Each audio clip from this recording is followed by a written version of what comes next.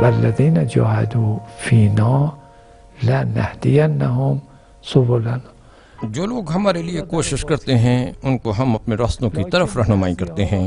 خدا نے بعض افراد کے لیے دروازہ کھول دیا ہے، لیکن بعض لوگوں کے پاس پہلے کہ وہ کوئی خاص کام انجام دیں ان کی کچھ خصوصیات ہوتی ہیں، کچھ صفات عالی ہوتی ہیں، ان کی اپنی ایک خاص حالت ہوتی ہے. صفات الہی کے خزانے سے دست غیب کے ذریعے کچھ ان کے وجود میں منعکس ہو چکا ہوتا ہے. یہ کچھ نہیں ہے سوائے الطاف و محبت الہی کے. یہ خدا کا ارادہ ہے.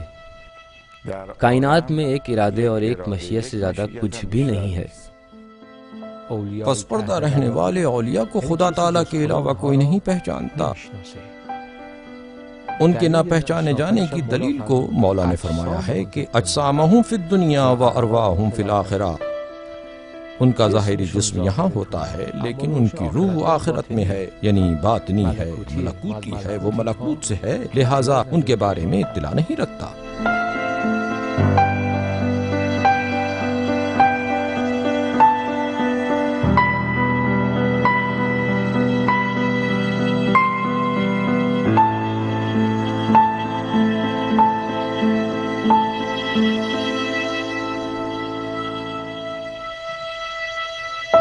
پیدائش آغاز ہے مادی زندگی کے راستے پر قدم رکھنے کا. سن 1916 شہر فومن سے آیت اللہ العظمیٰ محمد تقی بہجت رحم اللہ کے لیے جو سفر شروع ہوا بالکل ایسا ہی سفر تھا جیسا ہر بڑے بزرگ و بندے خدا کی زندگی کا سفر ہوتا ہے. اس سفر کا آغاز بھی ایک دلچسپ قصے سے ہوتا ہے جو سننے کے لائق ہے.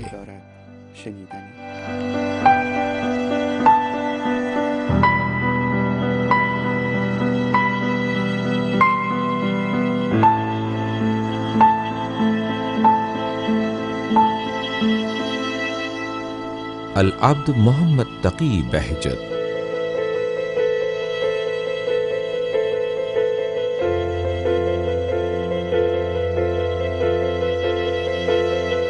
یہ ڈاکومنٹری اس عبد الہی کی پہچان کا ایک سفر ہے. فومن دوسرے تاریخی شہروں کی طرح مشکلات و پریشانیوں سے گزرا ہے. اسی طرح اس شہر نے اپنے فرزندوں کی چشم کشا ترقی اور کامیابیوں کو بھی اپنے نام کیا ہے. ایسا شہر جس کی شہرت و تعریف مختلف سفر ناموں میں مذکور ہے. سید محمد طہ طائب 14ویں صدی کے شروع میں فومن کے اپنے سفر نامے میں لکھتا ہے، فومن ایک قصبہ ہے جو کہ رشت کے غرب میں 4 فرسخ کے فاصلے پر واقع ہے، اور یہ رشت کی نسبت اونچائی پر ہے. البرز کے بلند و بالا اور طویل سلسلہ کوہ سے 1 فرسخ کی مسافت پر ہے. یہ شہر چونکہ نسبتاً مرتفع اور میدانی ہے، اس کی آب و ہوا ان دوسرے شہروں کی نسبت بہتر ہے جو درخت کے جھنڈ میں یا صحرا کے قریب واقع ہیں.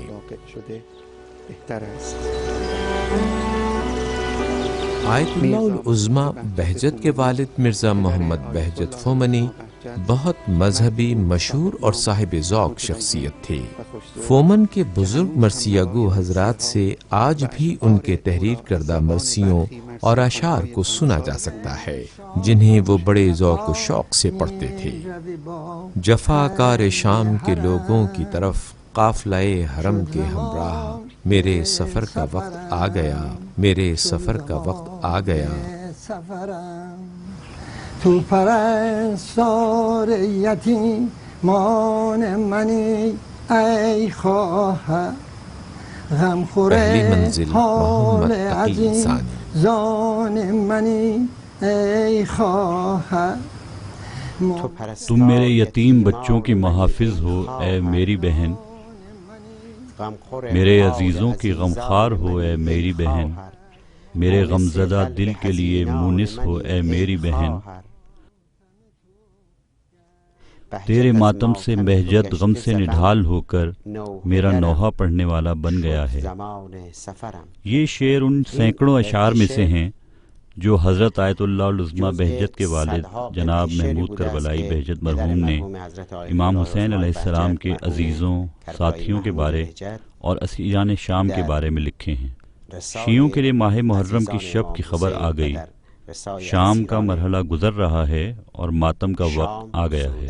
شیعه شوید با خبر ماه محرم رسید نوبت شام دی گذشت موسم ما. کبھی ایسا بھی ہوا کرتا تھا کہ لوگ مختلف جگہوں سے آیا کرتے تھے، قریبی شہروں سے لوگ آتے، ان کے اشعار، مرثیوں اور ائمہ کے بارے میں اشعار کو حاصل کرتے تھے. زہر طرف راہ رو کردند بر ویشتن چه از دیار عرب چه زنگبار فرنگ. میں ان کے پاس جایا کرتا تھا اور میں ان سے مرثیہ لیا کرتا تھا. خسرو دین را جهان تنگ زهر. پھر میں مساجد وغیرہ میں جاتا اور ان کا لکھا ہوا مرثیہ پڑھتا تھا، کیونکہ اس زمانے میں تعلیم عام نہ تھی. خوی شد تلخ برون شهریار آب همه. وہ زیادہ تر ایک گوشہ میں بیٹھ کر مرثیہ نویسی کیا کرتے تھے. لوگوں کے نکاح نامے بھی لکھا کرتے تھے. جو لوگ ایک دوسرے کو قرض دیا کرتے تھے ان کے لیے وثیقہ نویسی کیا کرتے تھے. مجھے اچھی طرح سے یاد ہے وہ ہمیشہ کالی رنگ کی لمبی قبا پہنے رہتے تھے. اس زمانے میں جو لوگ تعلیم یافتہ ہوتے تھے اور شہرت رکھتے تھے وہ لمبی قبا پہنا کرتے تھے. ان کے ہاتھ کی لکھی تحریریں ابھی تک باقی ہیں اور بے حد خوشخط ہیں. اس زمانے میں کیونکہ سبد اسناد کا کوئی محکمہ نہ تھا، اس لیے شہر کے لوگوں کے درمیان جو بھی معاملات ہوتے لوگ انہی کے پاس آتے اور جناب محمود بہجت پورے شہر میں طے پانے والے معاملات کو تحریر کرتے اور ان پر دستخط کیا کرتے. یعنی جناب محمود اس شہر کے سب سے زیادہ قابل اعتبار شخص تھے. یہی وجہ تھی کہ لوگ اپنی لڑائی جھگڑوں کے فیصلوں کے لیے ان کے پاس جاتے تھے اور وہ لوگوں کے درمیان صلح کروا دیتے تھے. سید محمد طائب کا 14ویں صدی کے آغاز میں لکھے جانے والا سفرنامہ. فومن قصبہ دو حصوں اوپری محلہ یعنی محلہ بالا اور نچلا محلہ یعنی محلہ زیری میں تقسیم ہے. ان دو محلوں کے درمیان ایک بازار اور میدان ہے جس کا نام سبز میدان ہے.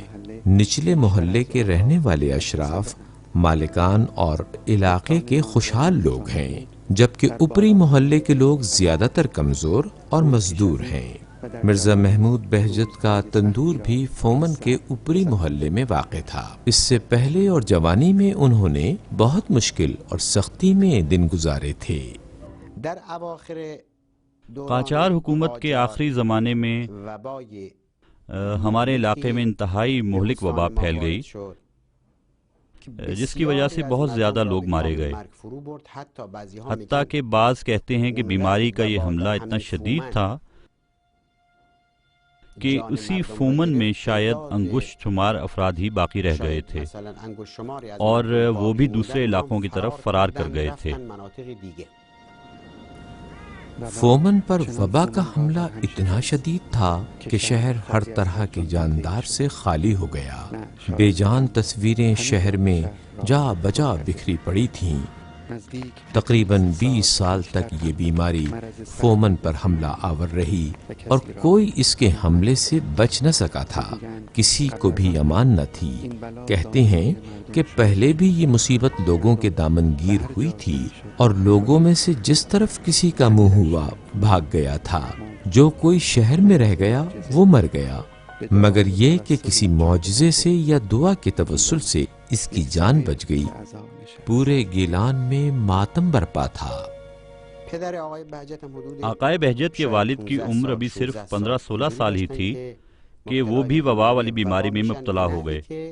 اس طرح ان کے والدہ ان کے سرہانے بیٹھی تھیں اور اپنے خیال میں اپنے بچے کی زندگی کے آخری وقت میں اسے چمچ کے ساتھ پانی دے رہی تھی۔ آقائے بہجت کہتے ہیں کہ وہ میرے ہونٹوں کو تر کر رہی تھی۔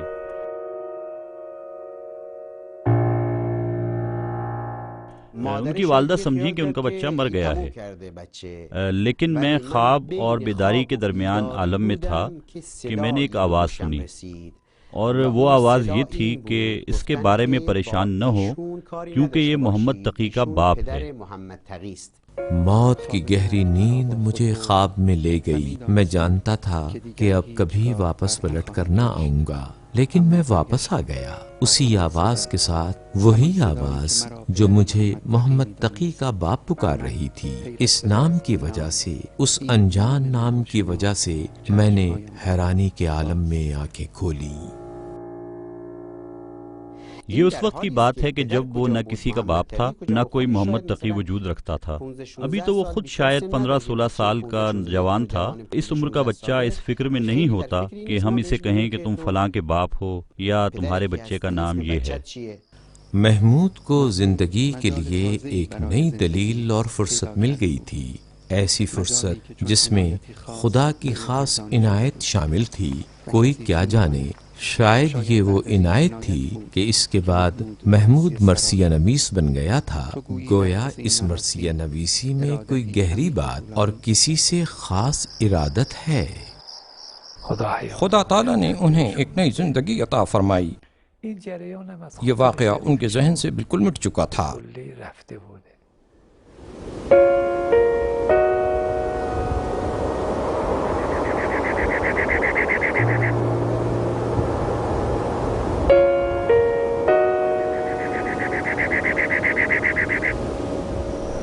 سلام مرزا.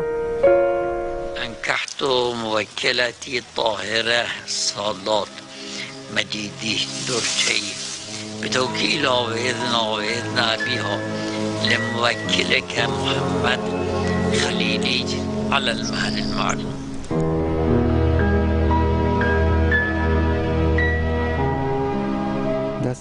دست تقدیر سے محترمہ مرضیہ جناب مرزا محمود کی زوجہ قرار پائیں تاکہ جلد ہی محمد تقی کی والدہ بنیں اور پہلا حلال لقمہ اسے کھلائیں اور ان کی پہلی پاک سانس سے اس کی زندگی شروع ہو۔ مرضیہ کی والدہ سید زادی تھیں۔ والد اور بھائی سب عالم دین تھے۔ ایک دیندار اور مذہبی گھرانہ تھا۔ جس زمانے میں لڑکیوں کو پوری تعلیم نہ دی جاتی تھی، اس وقت مرضیہ آسانی کے ساتھ قرآن پاک پڑھ سکتی تھیں۔ ہر روز نماز کے وقت گھر سے مسجد تک سورہ یاسین کا ورد کیا کرتی تھیں اور کسی ایک دن بھی وہ بھولی نہیں۔ گفته بود کسی که من سوره یاسین رو میخونم از روی شوق و ذوق حس میکنم که دارم قند میخورم. بهار قرآن است، دارم قند میخورم. ولذا خیلی از مرد و زن که مقدسند و فلان و اینا دیگه یاسین رو دیگه حفظن، یاسین رو دیگه ترک نمیکنن.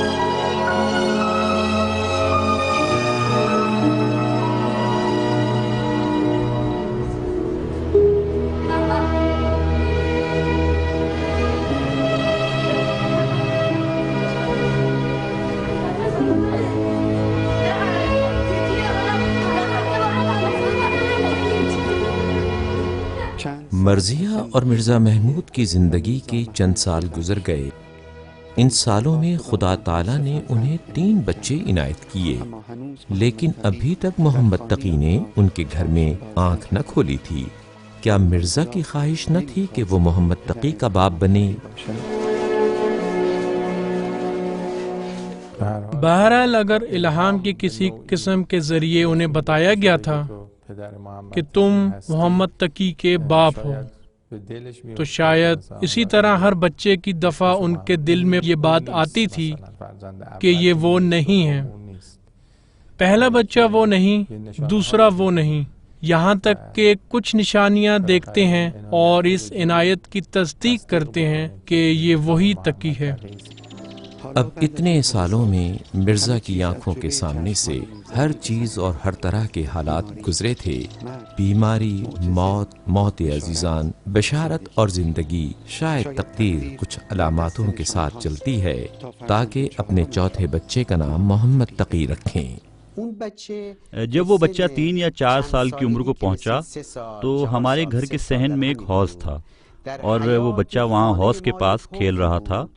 وہاں کوئی اور موجود نہ تھا جو اس کا خیال رکھتا۔ اس بچے کا پاؤں پھسلتا ہے، وہ حوض کے پانی میں گر جاتا ہے اور اس کا دم گھٹ جاتا ہے۔ کسی کو خبر نہ ہوئی۔ 1-2 گھنٹے کے بعد دیکھا کہ بچہ پانی میں گرا پڑا ہے اور دم توڑ چکا ہے۔ کہتے ہیں کہ ہم اس واقعے سے بہت زیادہ غمزدہ اور پریشان ہو گئے، سوچنے لگے کہ وہ خواب کیا تھا اور بچے کے ساتھ ایسا کیوں ہوا۔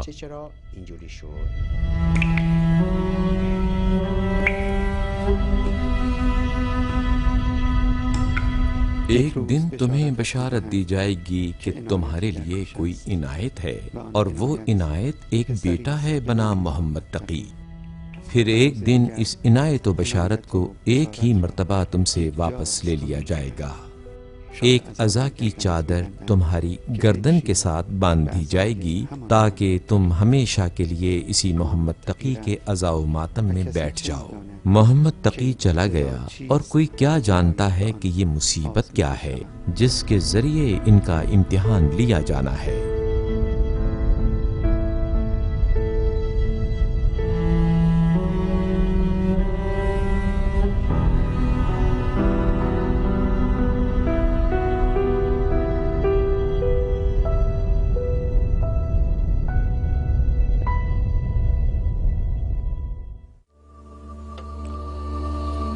محمد تقی کی موت کو 7 سال گزر گئے اور مرضیہ پھر سے حاملہ نہ ہوئی، اور اب 7 سال کے بعد مرضیہ کی منتیں پوری ہو رہی تھیں۔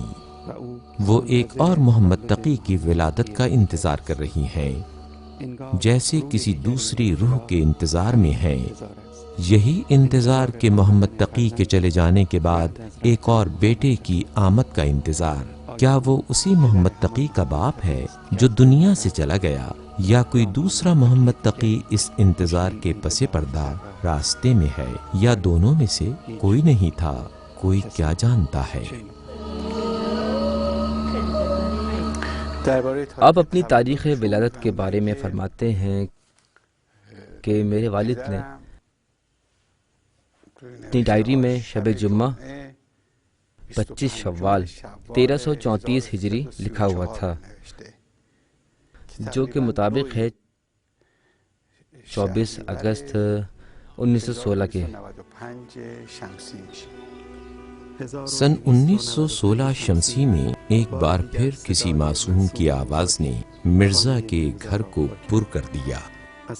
7 سال پہلے جب قسمت نے ان سے محمد تقی اول کو لے لیا تھا، مرزا اسی دن کے انتظار میں تھا کہ شاید اس خواب کی تعبیر ہو جو اس نے کئی سال پہلے دیکھا تھا۔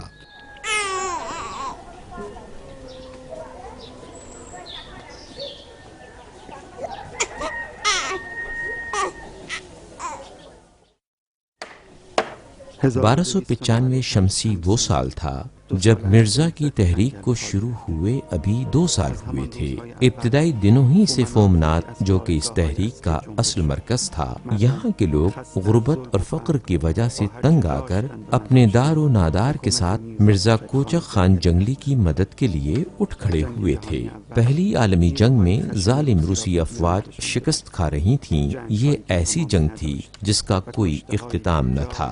اتنے لاشیں تھے کہ گیلان کی ہر جگہ ان سے پر تھی۔ آہستہ آہستہ شہر میں نامعلوم اور مہلک بیماریاں پیدا ہونے لگیں۔ 1 سال بعد سردیوں کے موسم میں جنگ کی مشکلات، فقر و غربت کے بعد ایک بڑی مصیبت نے مرزا کے دامن کو پکڑ لیا۔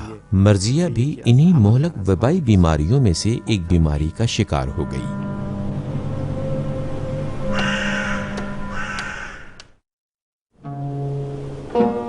کچھ مدت کے بعد اس کی بیماری شدید ہو گئی۔ یہ ایسی مہلک وبائی بیماری تھی کہ جو شیرخوار محمد تقی پر بھی اثر انداز ہو سکتی تھی، اور وہ بھی اس بیماری میں مبتلا ہو سکتا تھا۔ لیکن قسمت یہ تھی کہ محمد تقی ماں سے یہ بیماری نہ لے۔ مرزیہ صرف 28 سال کی عمر میں جوان ہونے کے باوجود اس بیماری کا مقابلہ نہ کر سکی اور شکست کھا گئی۔ اس کی موت کے بعد ایک شدید طوفان نے مرزا کی زندگی کو تہس نہس کر دیا۔ جس طوفان نے مرزیہ کو بھی اس سے چھین لیا، اس کے بعد اب مرزا کو اس زندگی کا بھاری وزن اپنے کندھوں پر اٹھانا تھا۔ مرزیہ کی غیر موجودگی، بچوں کی تنہائی اور پریشانی، سب سے زیادہ محمد تقی کی بے-تابی اور گریہ کو تحمل کرنا تھا۔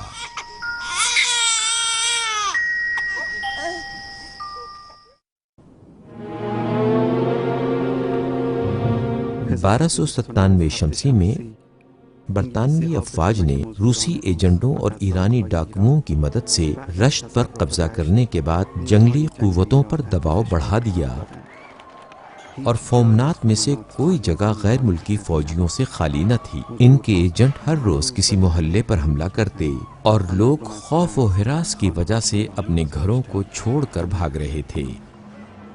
انہی دنوں میں سے ایک دن ڈاکوؤں نے فومن کے اوپری محلے پر حملہ کیا۔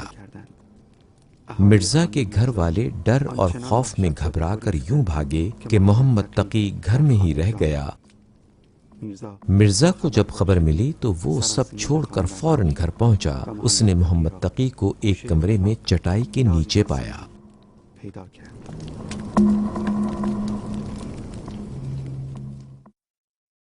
سن 1921 میں سازشوں، فریب کاریوں اور خیانتوں کی وجہ سے جنگل کی تحریک شکست کھا گئی، جس کے نتیجے میں مرزا کوچک خان جنگلی بھی شہید ہو گئے۔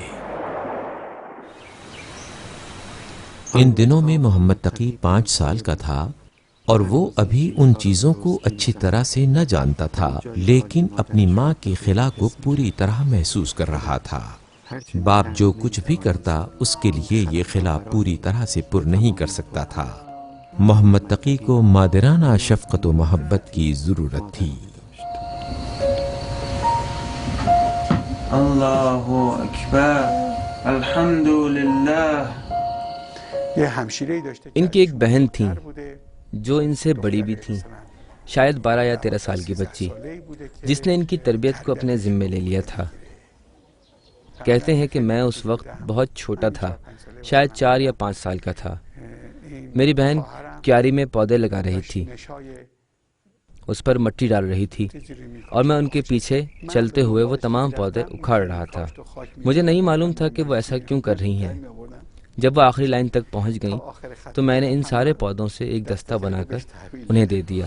اللہ اکبر، بسم اللہ الرحمن الرحیم، الحمدللہ رب العالمین، الرحمن الرحیم، مالک یوم الدین، ایاک نعبد و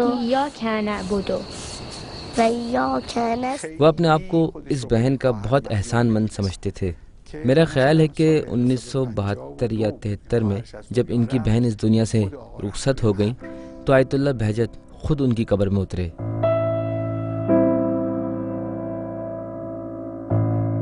محمد تقی جب 7 سال کے ہوئے تو فومن کے اوپری محلے میں محمد حسین کوبکی کے مکتب خانے میں تعلیم حاصل کرنے کے لیے گئے۔ آج بھی فومنی بزرگوں کو ملا اور ان کی لمبی چھڑی اچھی طرح سے یاد ہے۔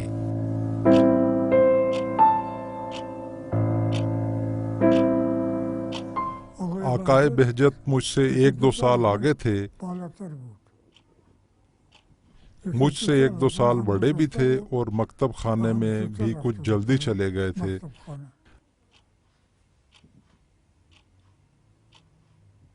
مکتب میں ایک دیوار تھی جس پر ایک تاکچہ بنا ہوا تھا۔ جب استاد نہیں آیا کرتا تھا تو وہ اس کے اوپر بیٹھ جایا کرتے تھے اور سب لڑکے لڑکیوں کو کنٹرول کیا کرتے تھے۔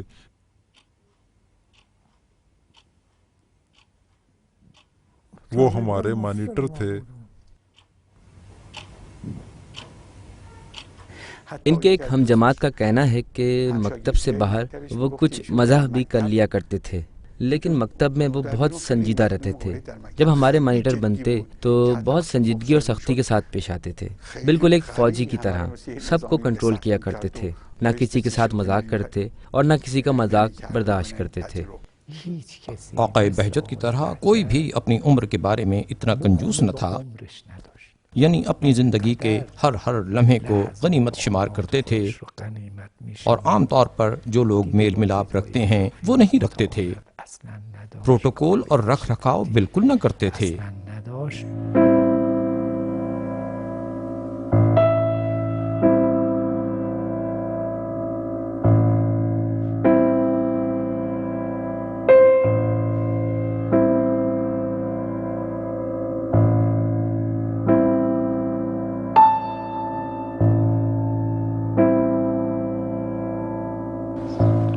اس زمانے میں جس قدر تعلیم حاصل کرنا ضروری ہوتی تھی وہ بچے 2-3 سال میں سیکھ لیا کرتے تھے۔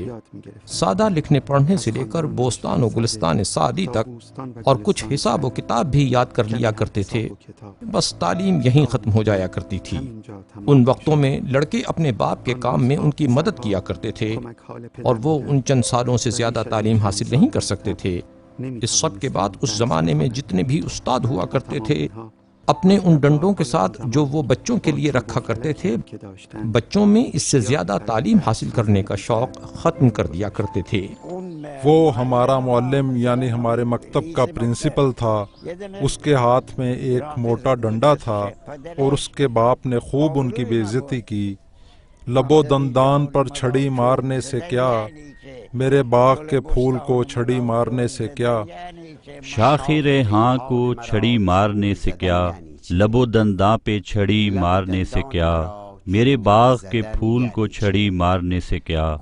آج کے بعد سے اگر تم نے پھر چھڑی لگائی تو اس کی جان کو نہیں بلکہ میرے محبوب بہجت کو لگائی ہے۔ اس سے مراد وہ خود ہی تھے۔ اسے لے کر جاتے ہیں اور استاد جب دیکھتا ہے تو کہتا ہے کہ اچھا تو اب محمد تقی تم اپنے باپ کے پاس جا کر میری شکایت کرتے ہو۔ بہرحال اس کے بعد سے استاد اس بچے سے بہت انس و محبت رکھتا ہے اور اس پر بہت توجہ دیتا ہے۔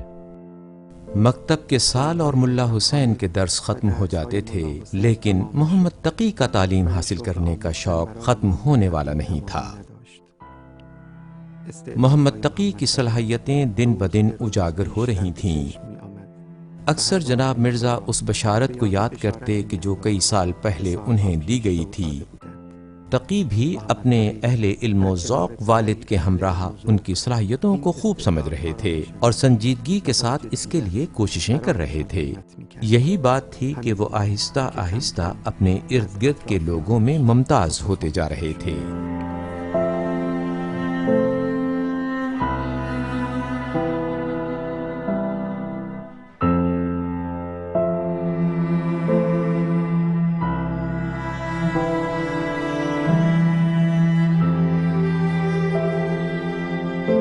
اس زمانے کے علماء فومن کے متعلق کسی کو ٹھیک طرح سے یاد نہیں ہے، لیکن احمد سعیدی کا نام، جو کہ بلند پایا مجتہد اور اہل معرفت شخص تھے، آج بھی وہ لوگوں کے اذہان میں باقی ہیں۔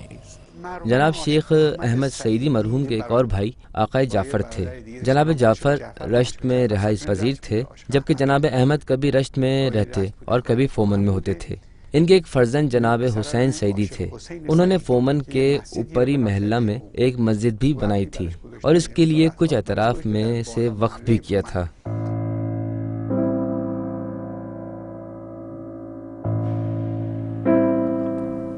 آیت اللہ شیخ احمد سعیدی حوزہ علمیہ نجف سے تعلیم یافتہ اور بلند پایہ استاد جناب آخوند خراسانی کے شاگرد تھے.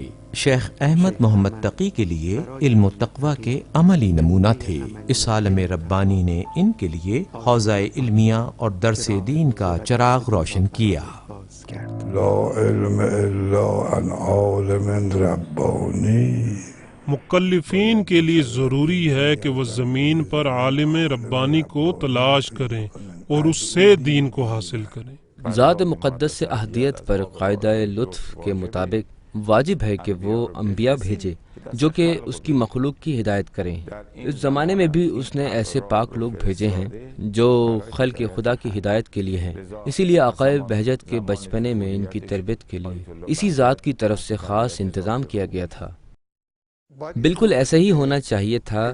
اسی لیے جب آقائے بہجت کے والد نماز پڑھنا چاہتے تو اس محلے کی مسجد میں جایا کرتے تھے جو کہ ان کی دکان سے کچھ فاصلے پر تھی. آقا بھی اسی بچپنے کے زمانے ہی سے شاید 7 سال ہی سے اپنے والد کے ہمراہ نماز کے لیے جاتے تھے اور مسجد کے نمازیوں اور مولانا صاحب کے ارادت مندوں میں شمار ہونے لگے. ایک مرتبہ ایک شخص نے دیکھا کہ گلی میں بہت سے لوگ کھڑے ہیں. پوچھنے لگا یہ لوگ یہاں گھر کے باہر کیوں جمع ہیں؟ وہ شمال کے علاقے میں شاید آقا کا ہم جماعت تھا. بتایا گیا کہ یہ لوگ چاہتے ہیں کہ جب آقا حرم جائیں یا مسجد جائیں تو ان کی ہمراہی کریں. وہ کہنے لگا کہ یہ کیا ہے کہ آقا نے ان میں سے ہر ایک کا شکریہ ادا کیا ہے اور خوش آمدید کہا. پوچھا کہ آقا جان آپ کیوں ان سب کا شکریہ ادا کر رہے تھے؟ ہمیں اچھا نہیں لگتا ان لوگوں کا یہاں کھڑے ہونا. اچھا نہیں ہے؟ یا ہمسایوں کے دروازے کے سامنے کھڑے ہوتے ہیں. ہمسایوں کے گھر والے یا ان کی خواتین اگر یہاں سے گزرنا چاہیں تو ان مردوں کے درمیان سے گزرنا ان کے لیے مشکل ہے.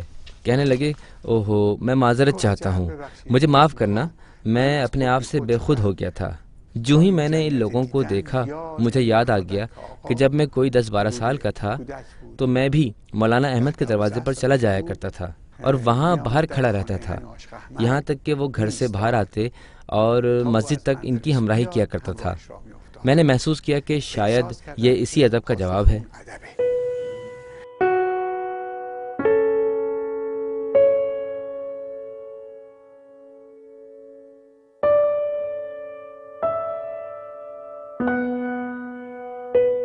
بچپن میں جب دکان میں اپنے والد کی جگہ پر بیٹھا کرتے تھے، اگر کوئی بچہ روٹی خریدنے آتا تو پوچھتے کہ یہ پیسے کہاں سے لائے ہو. اگر وہ یہ بچہ کہتا کہ میں نے اپنے چچا کی قمیض سے لیے ہیں یا کسی کے اٹھائے ہیں اور میں تو اکثر ایسا کیا کرتا ہوں، آقا اسے روٹی دے دیتے اور کہتے تھے کہ ان پیسوں کو واپس اسی جگہ رکھ دو اور آئندہ اجازت لے کر اٹھانا. یہاں یہ سوال پیدا ہوتا ہے کہ اتنی باریک بینی اور توجہ کرنے کی عادت کہاں سے آئی؟ ایسا کیوں ہے؟ خدا تعالیٰ نے ان کی ذات کو بھی ایک شفاف اور نوری ذات قرار دیا تھا اور دوسری طرف زمانے کے تمام امکانات کو ان کے اختیار میں دیا تھا اور یوں ان کے مقام و مرتبے کو بلند کر دیا تھا. میرا خیال ہے کہ ان کے والد بزرگار ابتدا ہی سے اس بات کی طرف متوجہ تھے کہ مسائل، ابتدائی اصول شریعت اور دین کی پابندی کو بچوں تک منتقل کرنا چاہیے، اور وہ یہ کام احسن طور پر کر رہے تھے. جو لوگ اس بزرگ شخصیت کو قریب سے جانتے تھے سب اس بات کی تاکید اور اس کی تصدیق کرتے ہیں کہ جب سے انہوں نے اپنے آپ کو جانا اور جب سے انہوں نے اس راستے پر قدم رکھا، اس مادی دنیا کی آخری سانسوں تک وہ مستقیم رہے اور استقامت کرتے رہے. بعض اوقات ان کی فرمائشات میں سے بعنوان کنایہ یہ بات معلوم ہوتی ہے کہ مکلف ہونے سے پہلے بھی وہ کسی گناہ کے مرتکب نہیں ہوئے تھے.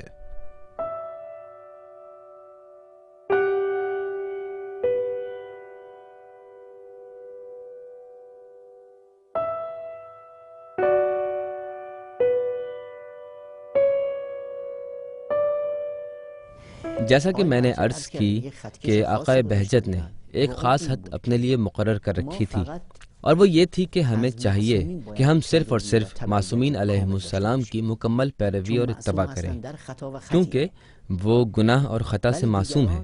دوسروں کے بارے میں اگر ہم جانتے ہوں کہ وہ گناہ سے معصوم ہیں، لیکن پھر بھی ہم اتنی آسانی کے ساتھ یقین سے نہیں کہہ سکتے کہ وہ خطا سے بھی معصوم ہیں۔ زید سلام الله علیه که ما او رو معصومش میدونیم از خطیئه نه از خطأ، معصوم از خطیئه و خطأ به طوری که همه درست تاریخ دان باشن قبول خواهند کرد. همین 14 معصوم همینا هستن، اما غیر اینها باید یکی حساب بکنیم. پیغمبرهای سابق اولوالعزم چرا مقام عصمت تک پہنچنا صرف انبیاء و ائمہ علیہم السلام کے لیے منحصر نہیں ہے، راستہ کھلا ہوا ہے۔ من جده وجد و من قرع الباب ولج ولج۔ جو کوئی ہمت رکھتا ہوگا اور ہمت کے ساتھ عمل رکھتا ہوگا تو بے شک اللہ تعالیٰ احسن عمل کرنے والوں کا اجر ضائع نہیں کرتا۔ اجر من احسن عمل۔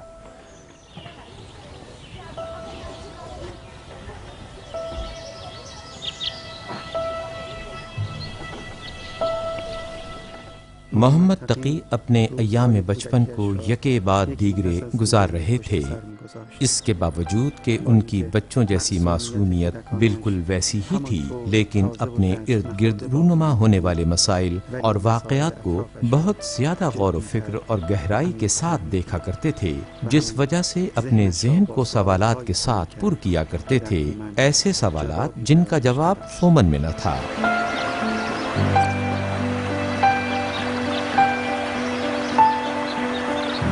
جانے کا وقت تھا، ایسی جگہ جانے کا وقت جہاں ان کے دل و دماغ کو پرواز کے مواقع میسر آ سکیں۔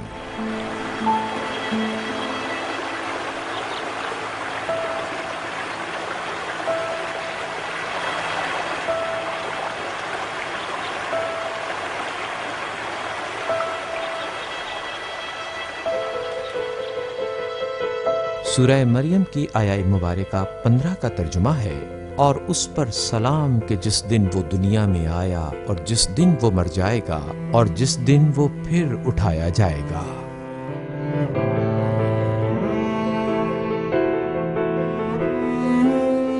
اور یہ سفر جاری ہے۔